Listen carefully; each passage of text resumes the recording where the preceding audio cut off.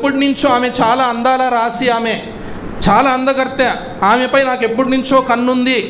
అందుకని నేను ఆమెతో ఏమన్నానంటే, నువ్వు నాతో వ్యభిచారం చేయడానికి ఒప్పుకుంటే నేను ఇస్తాను తప్పకుండా అన్నాను, ఆలోచించుకొని రాపు అన్నాను. సరే అని చెప్పి ఆమె ఆ బీదరికాన్ని తట్టుకోలేక నా దగ్గర కొంత ధనాన్ని తీసుకొని అనుకున్నటువంటి మాట ప్రకారం, వాగ్దానం ప్రకారం నా కోరిక తీర్చడానికి వచ్చింది.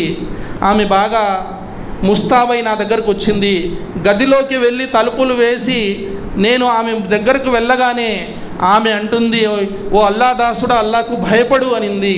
ఎప్పుడైతే అల్లా నేను నీ పేరు విన్నానో నేను వణికిపోయి నా హృదయం కంపించింది. నేను భయపడి గది తలుపులు తీసి నేను వెంటనే బయటికి వచ్చేసాను.